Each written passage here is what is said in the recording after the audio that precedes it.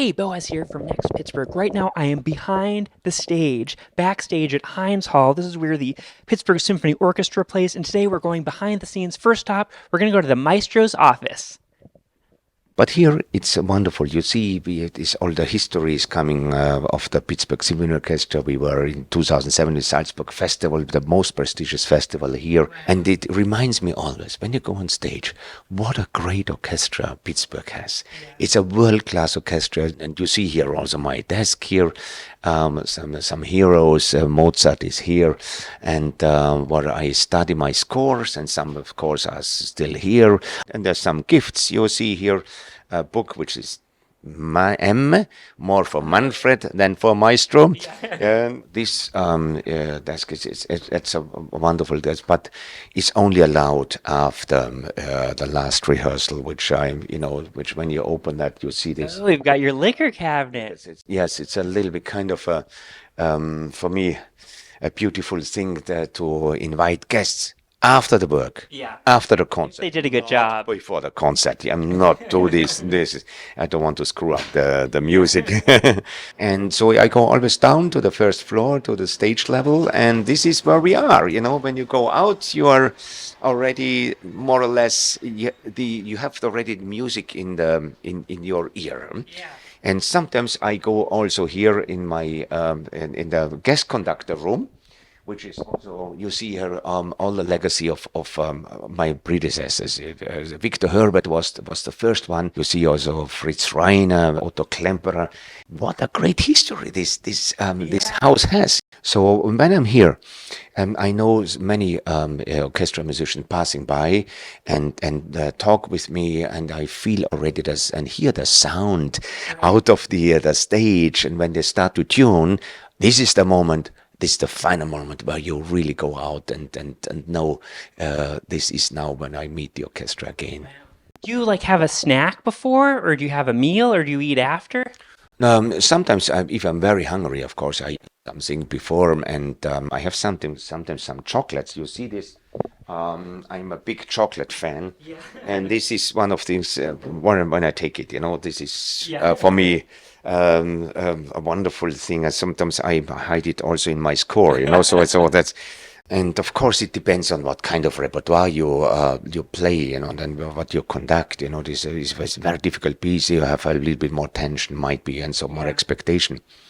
And then if it's a very swingy and light, then you go already with a light feeling on the stage, If you have a Mozart Requiem, you probably would have another mood. So I need to prepare this in a way that I'm in the same mood. Your little blue scribbles and red scribbles? Yeah, this is a personal thing, because I'm, you can see sometimes the second trumpet has 50 bars rest.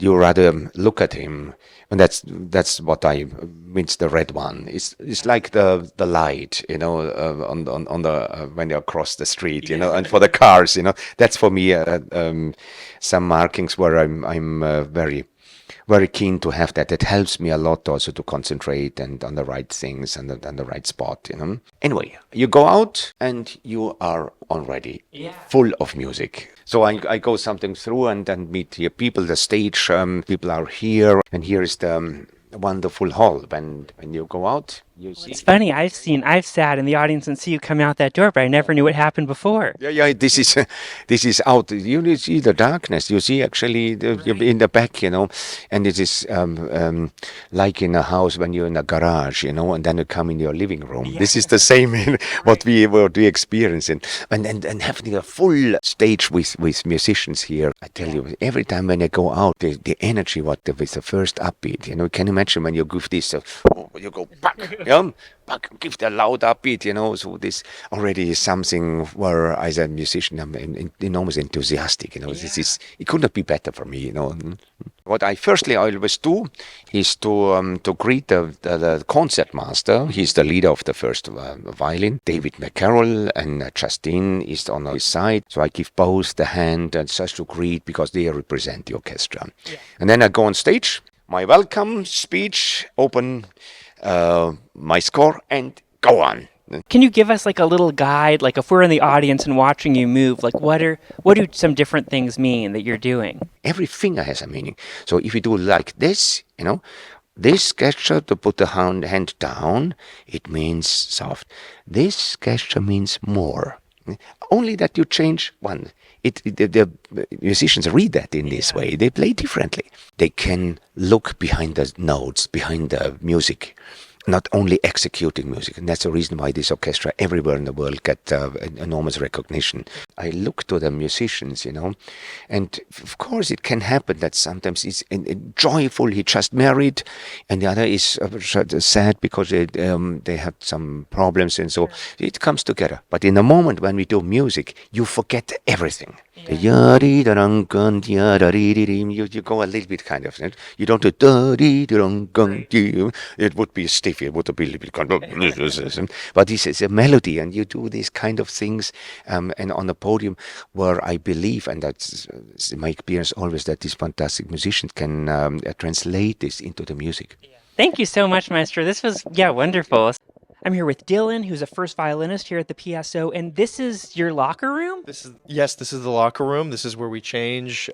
You and like the Pittsburgh Penguins and the Pirates, you all just have locker rooms. It's a pretty wonderful perk. Yeah, it's awesome. So this is a place just to get ready for the concert. So where's your locker? Will you show us your locker? Yeah, so I'm 39 right here. And actually, my locker has a kind of a cool story, if I can find my keys. This locker was owned by a former violinist in our orchestra who retired. I think he was in the orchestra for about 40 years, pretty long time. And he was an avid diver. So you'll see in my locker we have a lot of stickers. Let's see. There we go.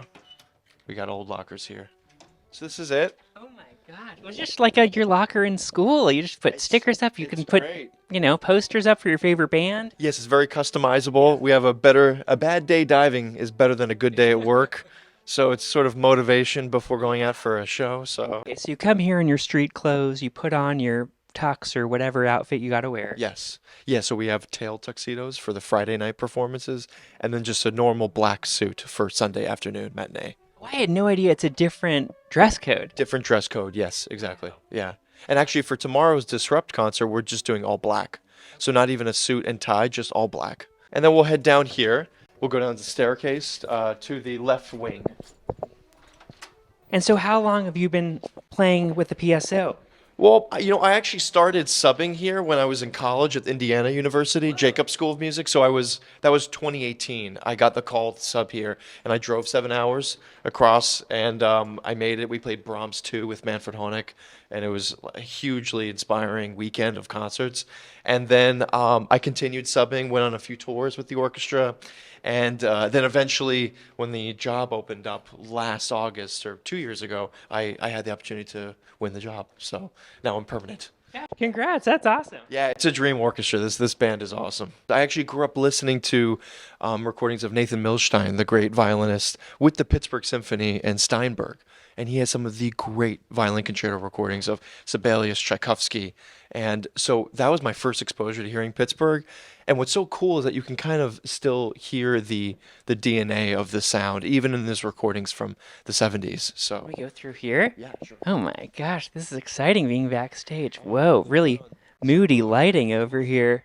And so how much before showtime are you on stage? It's funny. Before concerts, I'm not as ritualistic. In the morning, though, I'm usually the first one in the hall. It's usually me and two other players. I like to get here for a 10 a.m. rehearsal at 9 a.m., 8:45, and just really enjoy the silence in the hall and get an opportunity to warm up the fingers, especially during the wintertime when it's freaking really cold outside. And but for concerts, I get here like 7 p.m., 7:30. So I'll show you my seat for this week. Why do they have all these like plexi things? So these plexiglass protectors are for the people in the immediate splash zone of the brass section. The sound can get quite loud, and we're sort of known for having a really powerful, rich brass section. So this is to protect musicians whose ears may be a little sensitive to the decibel volume. Are people wearing earplugs? Some do. Yeah. Yes. For me, it's quite hard to play that because my awareness to the violin is so sensitive. So I try, but I'm also farther away, so I have the benefit of distance. Exactly, yeah. So this is my chair. I'm third chair. I sit right behind our concertmaster, David McCarroll, and we have our associate concertmaster, Justine Campagna, and we make up the leadership of the violins and therefore the leadership of the orchestra, sort of, yeah. And so, okay, so you're on stage, you have your instrument, you're sort of tuning up, and like, what are you doing at that point? Are you making sure the violin's in tune? Are you like going through the harder parts you're going to play that night? Yeah, I think that more of that. I'll try and sort of fine comb the harder parts and just sort of get grounded, get comfortable, and sort of take in the hall. Sometimes say hello to familiar faces in the hall too. They're like regulars who are always up front. Exactly, and I've only been here for a year and a half, but one thing I've noticed about this community, it's very tight knit, and the same people come, and it's really cool to have a sense of connection with your audience. So yeah.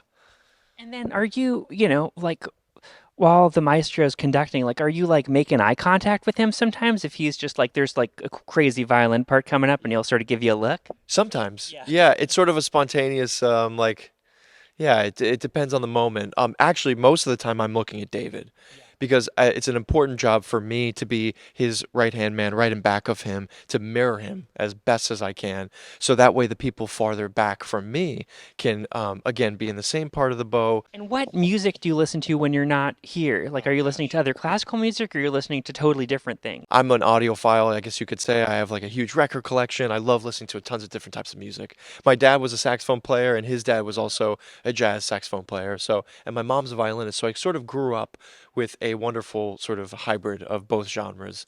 And a lot of pop music, a lot of rock. I mean, Radiohead, Elliott Smith, like all the good stuff, you know? Yeah, I love music. Well, thanks so much, Dylan. This was so cool to see this from your perspective, and I never knew that you had a locker. Oh yeah, no, it's my pleasure to show you guys around, and hope to see you at the shows. And yeah, Yeah, well, if you start sitting in the front row for a couple times, Dylan's going to start saying hi to you. that's right. I will make you say hello. That's right.